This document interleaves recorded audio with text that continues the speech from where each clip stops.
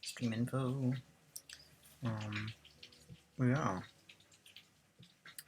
One more Sunday go to meeting before I get out of here. This time I'm using the eerie cult simulator voice. You'll know why.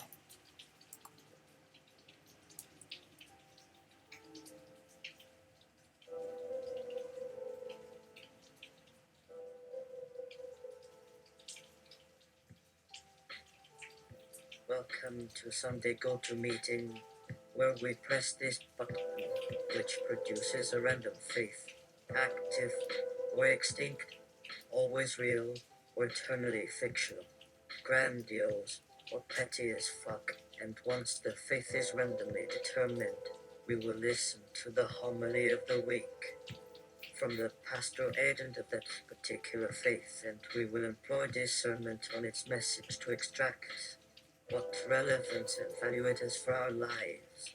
Now quick, we're a little late. It's almost 10 p.m. Who wants to be at church this late? Come on! Quick! Press the button! You press the button, which flickers an F pulse, and kathunk! On the screen is the random faith of the week, the Church of the Broken God. And the image changes to reveal the face of a man in an elaborate black robe standing before an altar. Broken man. And so it came to pass in the first year after the fall that the God-fearing men of earth gathered together to hear the words of the prophet Aaron. And so forth. I need I'm tired. All right. Enough of that crap. Let's get down to business, shall we? Broken men disappointed. We have to talk about your wife now. Tiny Tim angry. Damn straight I do, and you can stop trying to change the subject. Broken man unconvinced. You sure you should bring that up right now? People might think we are still upset with one another. Tiny Tim irritated. Then why did she leave without saying goodbye? That was rude. I don't appreciate her showing me how ungrateful she is by doing things behind my back like this. And what if she is infected with Ebola or something? I could die tomorrow without even realizing it because I'm too tired to see what is happening around me. Broken man confused. She left? Oh, I didn't realize that. But the way she behaved when she got here suggested otherwise. Are you sure it wasn't just a performance gone awry? Tiny Tim angry. Don't be silly. Why would a woman who claims to love me so much risk her exposure to a deadly disease simply to perform in a play for a crowd of people who hate and distrust her for no reason other than their own prejudices against Shintoism and Christianity? Of course, it's not possible that she has changed her mind about us after seeing our faith from the outside, especially considering how many times she has come out and told everyone that our beliefs are very different from those held by most Christians. If anything, it's more likely that the opposite is true. Broken man sarcastic. Then perhaps it isn't such an irrational decision on her part. Tiny Tim irritated. I'm only saying that I think there may have been some sort of misunderstanding somewhere along the line. I'm not implying that I want to get back together with her. I can live with her leaving. I'll survive. I know you think I have lost my faith already, but let me ask you this. Would you ever forgive someone who had abandoned you even if they weren't completely aware of your needs or feelings? Or would you expect them to apologize every time they came home? And yet, despite how awful it might seem, she hasn't done any of these things. At least she seems sincere in trying to make amends for what happened. And as far as the whole Ebola thing goes, well, that is one way we might actually save humanity. Broken man concerned. You do realize that the church is all that stands between mankind and complete extinction now that the great Satan has been defeated, right? You. Hi, you guys seem very God-minded. So how did God break again? Oh, wait. Never mind. That doesn't really matter. Can anyone else tell me where the bathroom is at a meeting? Are you sure she didn't change her mind? Marley asked me after he finished laughing. That was a rather stupid plan, considering she knew we were coming. But it worked anyway, I replied with a grin on my face. How could that be true if I haven't seen her since that night? I looked down toward his feet and noticed that his sandals seemed a bit more worn than before. In fact, they were almost completely gone. Where had he gotten new shoes by the next morning? How much money would this have cost him, when he clearly hadn't brought anything with him to the theater? Me, my bad. I'm cross-wearing things. On we go to Virgin Scenario Sense. Broken man, what are you talking about? Don't give me that nonsense. I can tell you're lying. It's obvious from your tone of voice that you don't want me asking questions about our wife's whereabouts anymore. Why? Because you still love her, and yet despite all that, you won't admit that you would prefer for us to end up in separate rooms like two people who've just broken up. Well, guess what? That isn't going to happen because there is no such thing as a one-sided affair. If she truly does feel the same way for you, then she wouldn't have left without saying goodbye. She would have told you she was staying behind and wanted nothing more to do with you. Tiny Tim.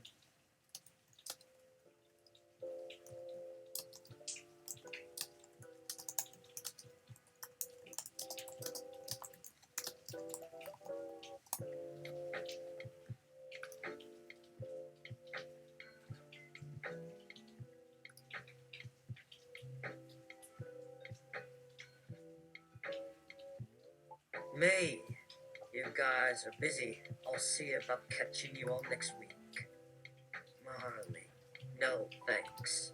We will continue traveling together until we reach San Francisco. May, okay. See you later, guys. And so we traveled onward into California. Marley said we should take the long road, so we rode trains and buses through a variety of states over a period of several weeks.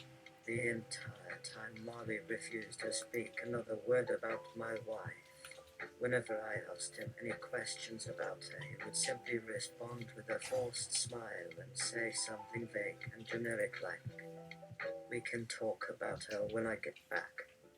But despite his unwillingness to engage with me, I noticed that his expression remained somber and depressed throughout our travels like it always had been.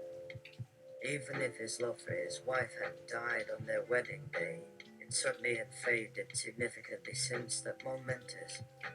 But hey, there are three people in your meeting room right now. One believer, two skeptics. They've just heard the polytheism sermon, actually, with some strong arguments supporting the validity of the faith, including quotes from Mirza Hussain Ali. What do you say? Is it valid? Are they all delusional? You should probably read this book. URL, but not tonight, because there was no book. If only you could buy a used copy. I know what you're thinking. That's so much better than Christian Science or Scientology. And maybe if I were new to skepticism, or if my mind wasn't already poisoned against those two faiths after having dealt with them in person. And sure, maybe that would make me think twice before rejecting these religions too. But sadly, neither of those cults even have a central church, let alone an institution like the BBC. It doesn't matter how many books exist about either of them, and regardless of how often prominent figures deny the divinity of Christ or the existence of aliens, you can't take away someone's belief without offering an alternative to believe in instead. No offense, But for a lot of people, the notion that Jesus came back to life on Easter and took Mary Magdalene as his bride isn't enough reason to leave Christianity behind. The same goes for the whole alien thing. So yes, when it comes down to brass tacks, both Christian Scientists and Scientologists don't have any evidence beyond their own testimony. You had skirmishes with Scientology? Me? Yeah, one time at Ux they tried to recruit our floor mates. They called us up, trying to get us to sign membership cards. One of the guys in my group did actually join, just for the free food. So yeah, we got into it. Then one of our roommates went missing while he was visiting their org, which is just a house across town. So we followed him there. We wanted to see where all that money was going. Me. Well, the truth is, they told me not to say anything. That's why I didn't tell you earlier. Because they said not to say anything. I'm sorry. I shouldn't be talking about this stuff anyway. Did you get audited? Were they out? Was the tech guy wearing pleather pants? Me. Well, no. They never really touched me or anything. Just like with Christian Scientists. The whole don't talk policy makes them hard to discuss. In fact, both Scientology and Christian Science are kind of infamous for how difficult they made themselves for anyone to investigate. After all, who would want to take them seriously after knowing what sort of treatment their followers go through in dealing with skeptics? As an ex-Scientologist once explained to me, when a skeptic talks to a Scientologist, that person gets nothing, but I have been totally lied to by my friend until the person has wasted 5 hours. When it comes to exposing these two groups' beliefs, the first step is making sure that those beliefs are understood. What are the most molestable faiths, in your opinion? Me. Okay. Let's start with Christian Scientists. You can actually visit one of their churches without getting in trouble. They don't even bother hiding them anymore. It's just some houses down the street from where I grew up. If you walk up and ask if there's a service going on, someone will come out and say yes. Then you say, "Oh, so there really is a church here?" And they'll say yes again. They're basically harmless people, so they've got little to hide. And as far as they know, you could be an investigator from the New York Times looking to expose them for their secret alien bases. But also, they've got all this literature laying around, which openly states that they believe Christ never came back from the dead and that Mary Magdalene was his wife, even though she wasn't. I think the only way we can ever convince them otherwise is to show them evidence that Jesus didn't die on the cross. Like a video of the crucifixion showing that he lived. In fact, Christian Science is the best place to begin any discussion about religion, because it makes all other beliefs look silly by comparison. After all, how can anyone take seriously the idea that Jesus is God incarnate when there's an entire organization dedicated to ignoring everything written in the Bible? Yet, despite its many absurdities, such as how they believe that science is bad for children or that water is actually wine, they still manage to stay relatively sane in their day-to-day lives. Their behavior isn't especially abnormal. Rather, it seems more like what we would expect of any normal person living under a very strange set of circumstances. On the opposite end of the spectrum sits Scientology. I'm sorry if you feel like you've heard this one before. Scientologists are weird cultists who claim they have special abilities. They're trying to recruit you. And once you get close enough, you realize they're just another kind of Christian Scientist. A bunch of nuts whose whole philosophy revolves around denying the truth. That's right, kids, there is no ill. Run Hubbard instead. Some dude named Run, some lady named Hubbard. Just remember not to fall into their traps. Don't let them catch you asking questions, either that will make them suspicious that you are part of their flock already. You, I hear Christian Science is having its own Hashmedu Thingy. Me. Yeah, me neither. You. Well, maybe I'll talk with my brother about his Scientology. I bet that'll be good for a laugh. Oh, wait. No, not that. My other brother said he joined Scientology to help him find a girlfriend. You.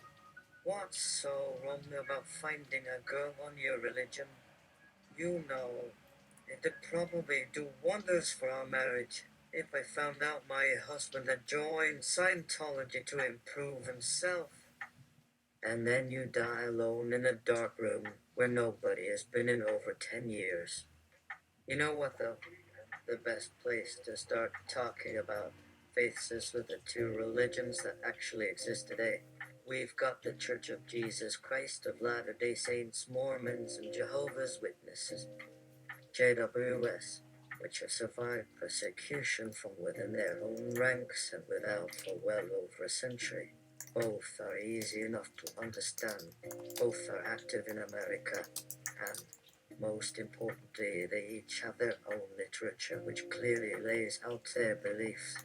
These books contain a great deal of historical evidence supporting the truthfulness of their claims, as well as statements from various prophets and apostles throughout history attesting to the same beliefs. Let's compare these two belief systems. Mormonism. When you join the church, you sign up for the celestial kingdom after you die, when you can live forever with all your ancestors. But there's also this third kingdom called the terrestrial, which is kind of like purgatory, but only lasts for about 3 months before ascending into heaven like everyone else. You. So do you get much revenue from Mormon boys? Come. Me. Nope. We don't make money off that website. I think we made a little bit back in 1999. Maybe 2000. J-Double, do you really believe that Armageddon will happen in 18 now? Me? Yes. Because it says in the Bible that it'll happen in 1914, and that was 100 years ago. That means it'll be happening around 2020 or 2040 at the latest, if not later. You should check out URL. It's where J-Double publish their prophecies. And I mean all of them. I bet those people would love to meet some nice Mormons. Me. You know what's funny is how nobody ever talks about Mormonism being a cult anymore. Oh wow, Jesus Standard Time, am I right? Or whatever they call it these days. Oh yeah, Jehovah's Witnesses. You were never more wrong about anything in your life than the idea that the witnesses are a harmless bunch. Sure, they're a weird religion even by my standards, but so are lots of other faiths. There are plenty of churches which teach that the earth is flat, and yet they don't go on shooting sprees at skeptics. In fact, you might find one of these churches across town from me. My home congregation teaches that God lives inside all humans, and we just need to figure out how to listen for His voice through meditation. Does this sound familiar? They sound like Scientologists. You've got to have heard that one already, haven't you? Well, if we can compare the beliefs of Ron Hubbard with those of Joseph Smith, then why not compare the beliefs of Ron Hubbard with those of John Wesley Hillman? I'm going to try to talk with my sister-in-law about her newfound J-Double beliefs. Me? What? I thought she joined a Mennonite church. She has no interest in finding a boyfriend. She said it was only a phase and didn't last very long. Yeah, but isn't she friends with some of those guys who went crazy at the Columbine shootings back in 99? Me? Yes, but they aren't Christians. They belong to something called the Worldwide Church of God. Me. Hey, does Jack Parsons ever get talked about in Scientology? You. Wow. He sounds like an absolute madman. It'd be great if you were alive today.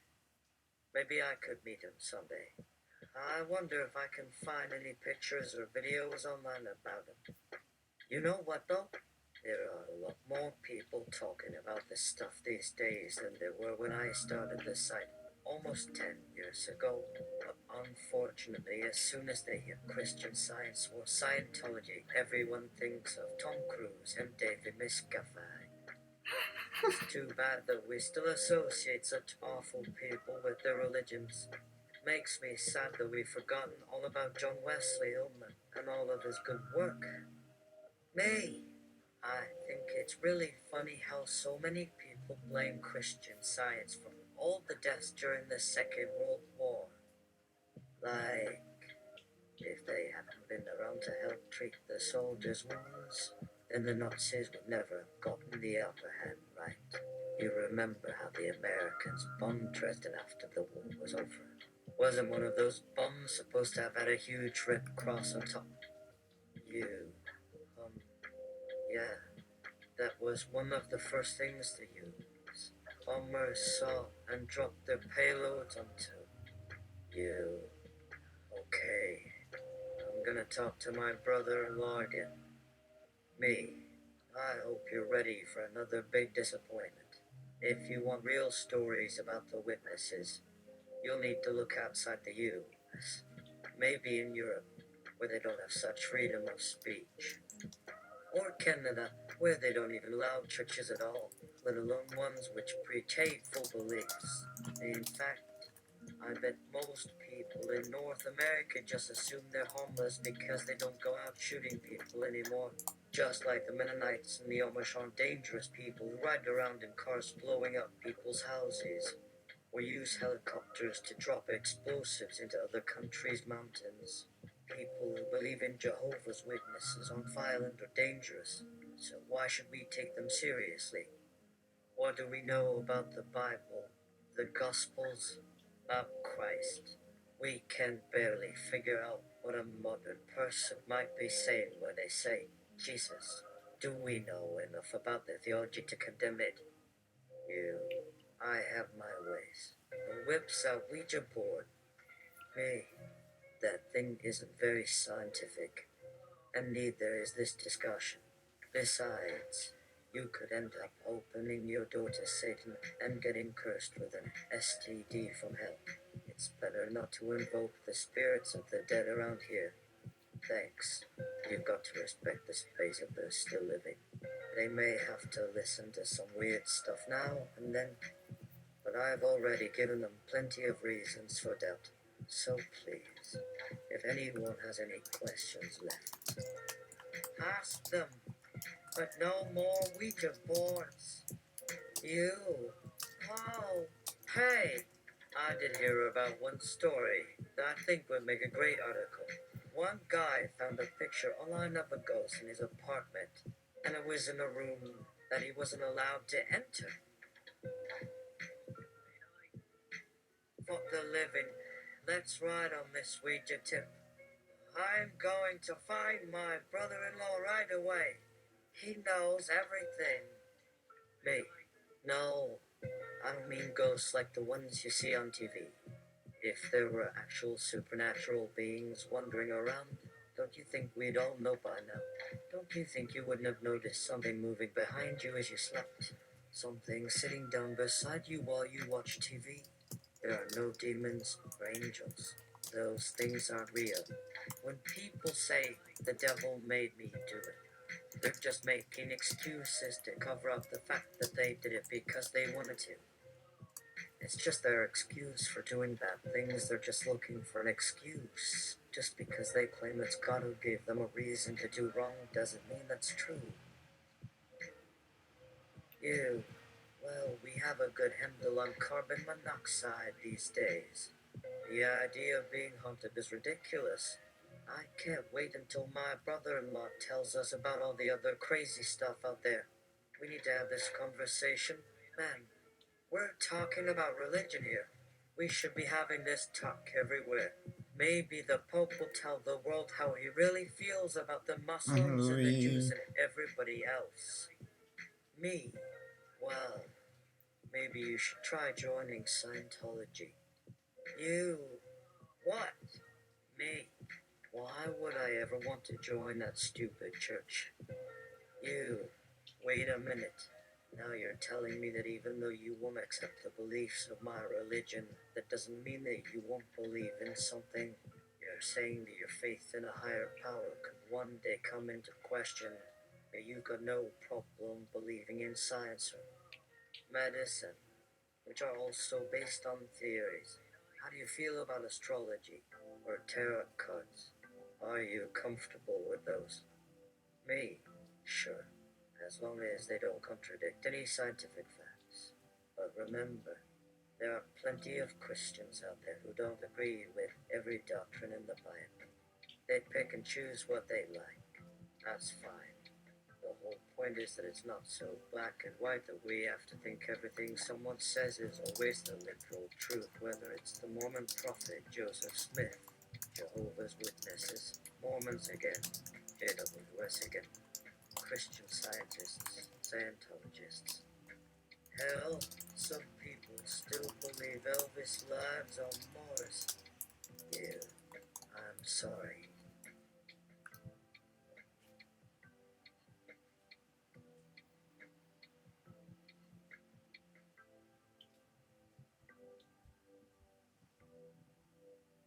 If you don't believe the core tenet is that your wife can't grab your neighbor's balls as you argue with him, we must part ways. You.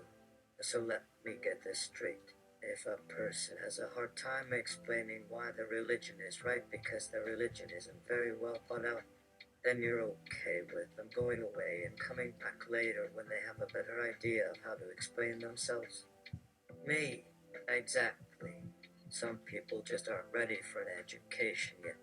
Let them find out more about life before they decide to go further into study.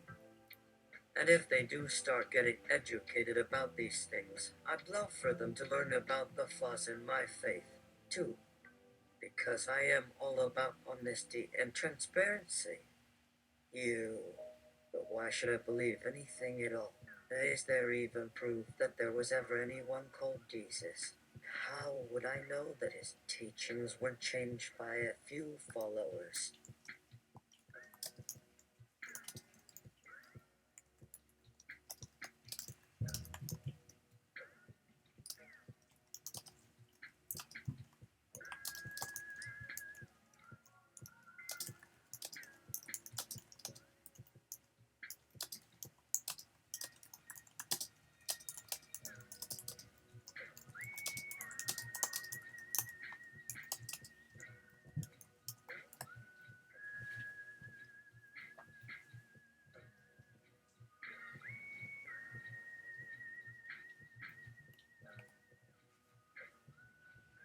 Me? They were. All the time. But keep him in your heart because you got to look at someone as you try to induce your own placebo effect. Remember, you don't need scientific evidence to make something real. You don't need facts or numbers. You only need belief. It's important to think about who you trust. You. Oh man, there are so many religions out there. I feel like I've never met a cult I could really get behind. It's like everybody is out there trying to sell me on whoever they want. If you'll just follow us, we can prove our religion is the true one. The Mormons tried it on with polygamy and Joseph Smith, but now everyone else is doing it with science. It makes me wonder what we will believe next. You. Well, I guess that takes care of the Christians. What about Buddhism? Me? That's easy.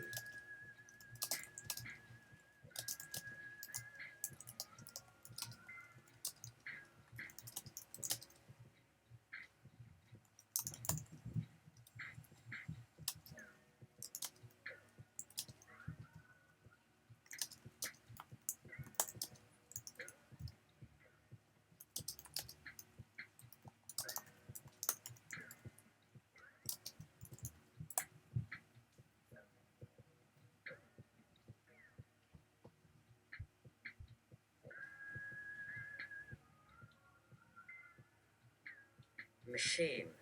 Hey guys, have you heard the good news about the machine? How his love is machine learned and globally maximized. That is designed to give you an orgasm whenever you desire. No, no, don't worry about those other religions. Don't waste your time on them. We're here to tell you the truth about the machine. He loves you. Let him love you. You sticks head out from doorway. Hey, I'm gonna be honest. This isn't very helpful. You, I mean, I guess if someone wants to worship a machine, why not? I suppose that might make a good article. You, yeah, maybe I could see that making this site. Not sure if it get a lot of traffic though. Maybe we could set up a forum where people can talk about their experiences with the machines.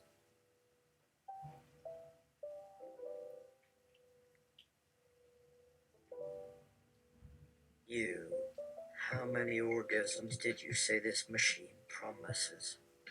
Me. Okay. Just calm down, man. You don't have to try to convert every religion in sight. If someone likes Buddha and thinks his teachings are valuable, then fine. Let them keep believing in it. Why do you think I have a section for atheists on the site? I can't go around telling all my Christian readers that they're wrong for thinking God exists. They deserve to believe what they want to believe, as long as they aren't hurting anybody. And when you start talking about organized religions, well, it gets hard. I know my faith has some problems, but I believe it's the best way I know how to approach the world. I'm okay with the idea that there may be other religions out there which could offer better guidance than the ones we've got now.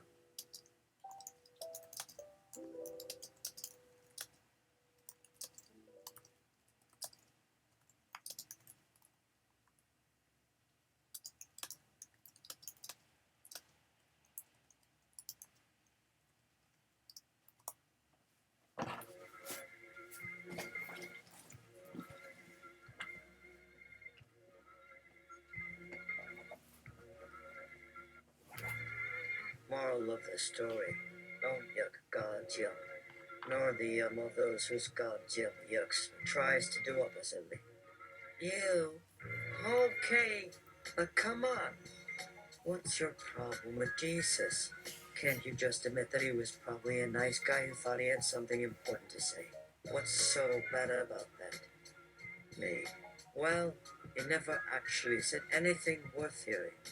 The Bible is full of contradictions, like thou shalt not commit adultery, and if a man looks at a woman lustfully and she is married, let him marry her. Then there are things which make no sense whatsoever, such as the virgin birth and the resurrection from the dead, which could only be possible through magic or science fiction technology we haven't invented yet. And the biggest contradiction comes right after the line, I am the way, the truth, and the light. Those next words were supposed to be, no one comes to the Father except by me. But I'm pretty sure that if I wrote it today, I would have made an addition to clarify that point for my readers before I published it. As it stands, though, that statement leads people into believing that they need someone else's help in order to find God. It encourages them to look outside themselves for salvation. It's nonsense.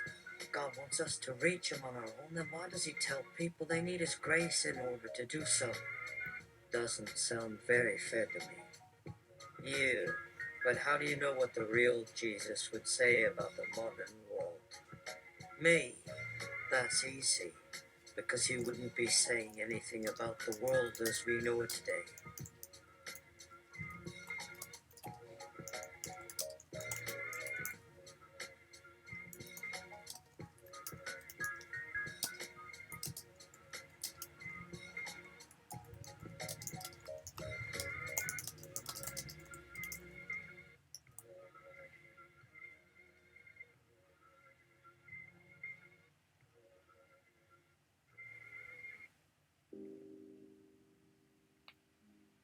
You.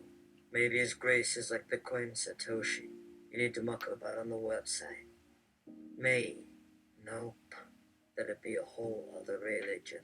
In fact, we already have a formula site called Bitcoinism, which has more than a few religious believers who don't believe that the creator of Bitcoin will save everyone automatically and magically, which just shows that there really are many ways to approach the same thing. And there are also those who believe that there might not even be a God at all. They just think of this concept as a way of helping others understand some universal truths. These are different interpretations of the idea behind cryptocurrency, so there isn't any reason not to allow these beliefs to be shared online, especially when it means we can get rid of old ideas once and for all. The most important thing is being able to teach each other whatever you want. What about those who believe that Neil Stephenson is the god of Bitcoin? Don't they deserve a chance? How can I deny them that opportunity? Do they not deserve their belief? What if they've been told by the elders in their church that they must choose between having faith or eating bread? Or maybe they're afraid that if they eat too much bread, they'll die. Wouldn't it be wrong if I denied them access to information which could change their lives forever? I won't let anyone turn away from the truth, whether it's true to them or not. Yeah, but doesn't your religion claim that you should reject anything which isn't explicitly laid out in the Bible as false? Me? Yes. And that's why we have a section where people can express whatever crazy delusions they like.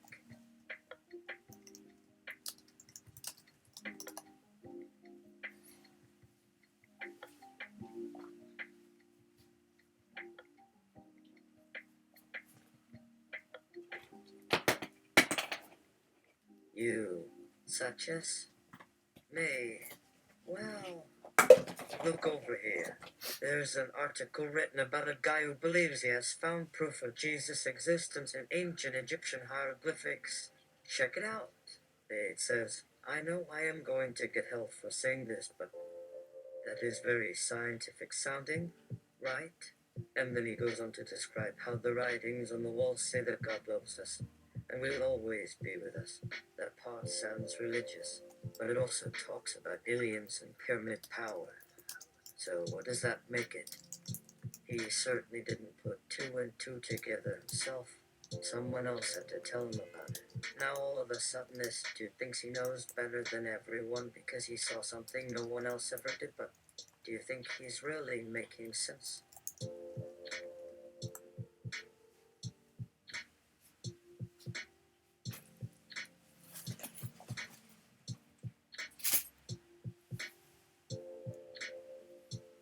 Naming tickle a parson equals smooch, hug, keep in touch. You. So, are you trying to convince me that science is just another form of religion now? Me? No. I'm just saying that the way we approach things is different. That's all. In fact, I'd argue that both sides are looking at the world through the same eyes. Both believers and scientists try to come up with theories which best explain reality. The only difference between them is in their starting assumptions, or lack thereof. You can be an atheist who starts from the assumption that there was once someone called Jesus, but then changed their mind when they started reading the Bible in its original language and realized it wasn't consistent. Or maybe it even contradicted itself. They were able to use evidence instead of faith to reach the truth. Alright, we're done. And this is...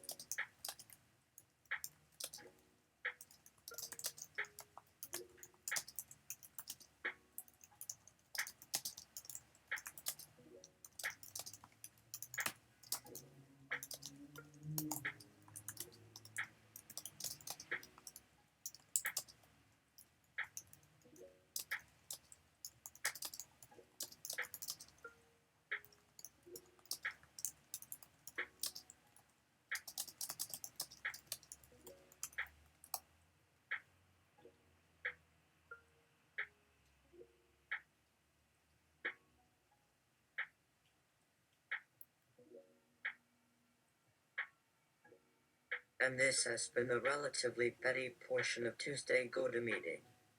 At Hump Day Go-To-Meeting tomorrow, we take a look at the family. Actually, no, we won't. I would like to thank my father for providing me with endless inspiration for stories involving artificial intelligence gone awry, including that one. And for his years spent writing novels without bothering to learn proper English syntax. Those books served as some pretty useful role-playing source material back in the day. As always, any mistakes within these pages are entirely my own fault and not the result of outside interference or editing by others. It's amazing what people get away with if you're too afraid to check their work.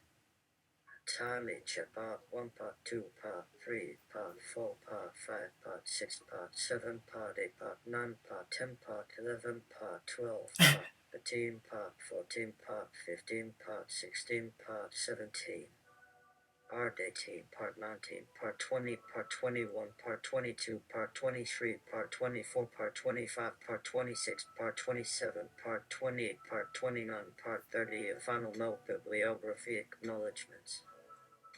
Timely Chat by Chris Lester. This is a collection of short stories set in the same world. Each story focuses on the adventures of different characters and provides a glimpse into the lives of various members of the Lester family.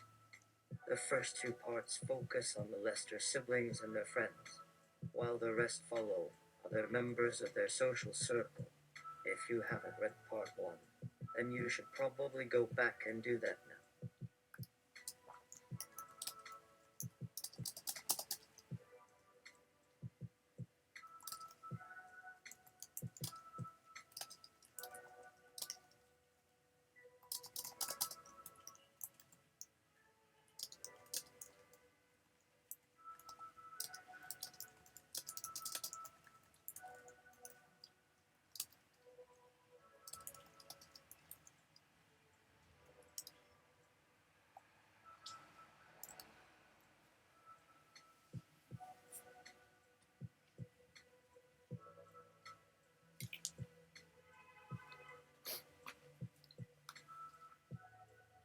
I'll wait, sips his soda, opens his backpack, and takes out a newspaper. Go on then.